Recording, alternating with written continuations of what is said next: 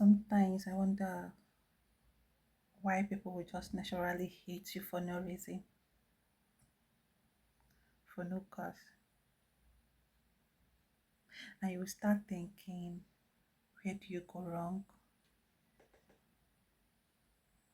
How do you get to this point?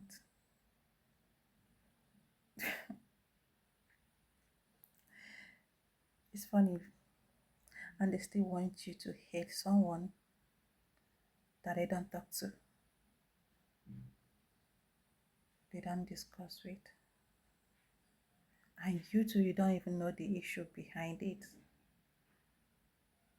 and you play along just to hate the person that did not wrong you in any way.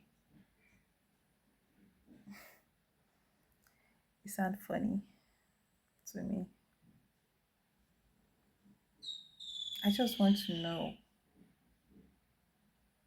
what's the reason. You just hate someone just because your friend hates the person.